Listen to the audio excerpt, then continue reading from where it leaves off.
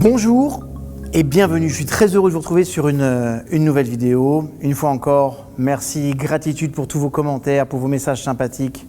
Pour moi comme pour Kate qui est devenue une véritable star sur les réseaux sociaux.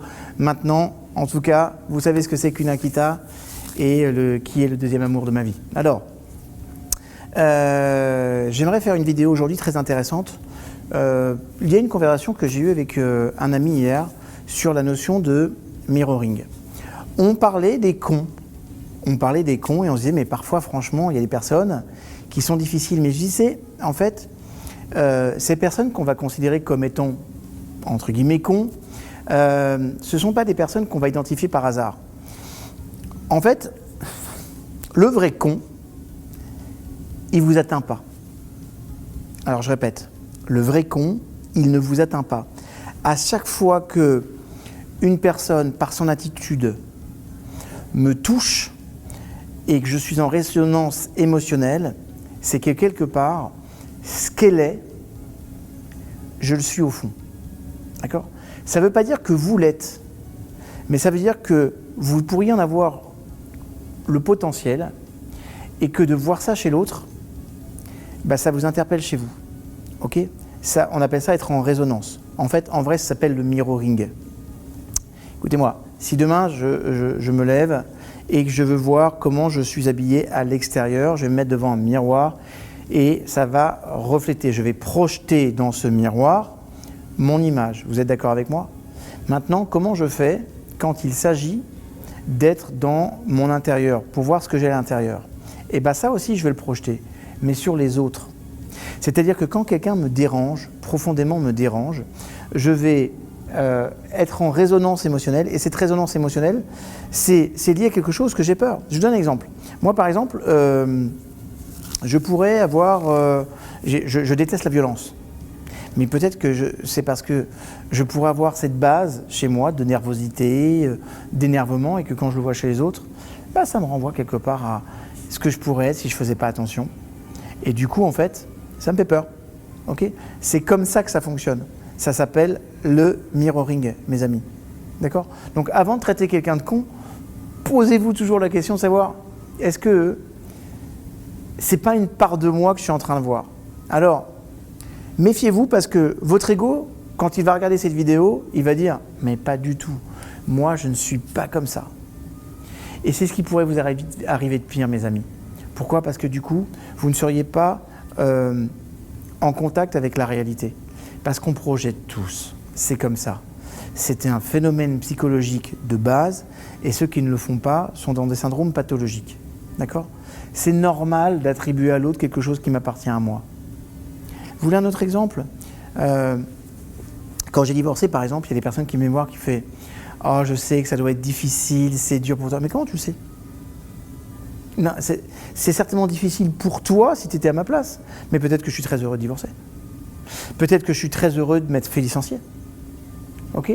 Donc, vous allez voir que les personnes arrivent toujours avec leur lot de projection. Pourquoi ? Parce qu'ils se mettent à votre place. Ok ?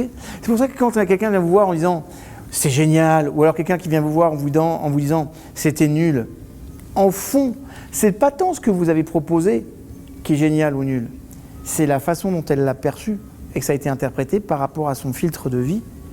Et elle vous le restitue, bien ou pas bien, c'est pas le débat. Mais en fait, au fond, elle ne vous parle pas tant de vous que d'elle. Vous me suivez ? Donc c'est important parce que quand je suis en lucidité avec ce phénomène-là, tiens, bah peut-être que cette personne, je la trouve égoïste. Est-ce que j'aurais pas une part d'égoïsme chez moi aussi ? Je vais la trouver raciste. Est-ce que j'ai pas une part de rejet des autres chez moi ? Je vais la trouver pas sympathique. Est-ce que je suis tout le temps sympathique ? Ok ?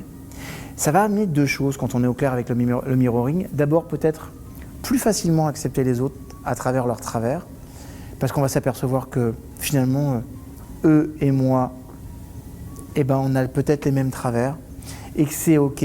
Et ça amène de la tolérance. Et puis, vous allez voir que plus vous allez accepter de voir ça chez l'autre, plus en fait, vous allez l'accepter de l'avoir chez vous et plus vous le faites disparaître. C'est ça qui est génial. C'est que plus je vois ça chez l'autre, plus je vois ce comportement chez l'autre et plus chez moi, ça m'amène à être libéré de ce même comportement. C'est la raison pour laquelle la conscience et la lucidité sont toujours des voies de transformation. D'accord ? Donc, je vous invite à faire la liste des personnes qui vous agacent et qui vous énervent. D'accord ? Et posez-vous la question, objectivement, quelle est la raison pour laquelle elle m'énerve ? Et ensuite, allez chercher une qualité à cette personne. Si elle devait être porteuse d'une qualité, même si je pense que c'est une conne ou un con, si elle devait être porteuse d'une qualité, ce serait quoi ? Donc d'abord, je vais voir le travers. Ensuite, je vais voir si elle était porteuse d'une qualité, ce serait quoi ? Okay ? Et après, posez-vous la question, est-ce que cette qualité, si vous la mettiez en œuvre dans votre vie, ça vous ferait passer à un niveau supérieur ? Je vais vous donner un exemple concret. Un jour, dans une de mes conférences, j'ai une personne qui me disait « Mais David, parfois, il y a des vrais cons, quoi. Et moi, il y a un con, quand il est... Ok, parle-moi de lui. » Ben voilà. Écoute, c'est simple. C'est un voisin. On habite un petit lotissement à côté d'Orléans. On a décidé que nos tuyas étaient tous à 1,50 m pour donner une harmonie dans le quartier. Lui, il est à 4 mètres. Ça dérange personne. Alors, on a beau lui dire, à chaque fois, il ne change pas. S'il y a un ballon qui vient dans son jardin, il crève. Il ne dit pas obligatoirement bonjour. Et puis, là, même si on l'invite à la fête des voisins, il ne viendra jamais. Un con. Ok ? Alors, dis-moi, si ce con, il avait quand même une valeur, une seule valeur à travers son comportement, s'il y avait une valeur qu'il devait ressortir, ce serait quoi ? Ce serait quoi ? C'est un con. Non, si, fais l'effort. Ce serait quoi ? Une chose est claire, c'est qu'il ne se soucie pas du regard des autres. Très bien. Alors dis-moi toi, est-ce que toi, ça, c'est quelque chose que tu aimerais ou que tu devrais développer pour passer à un niveau supérieur dans ta vie ?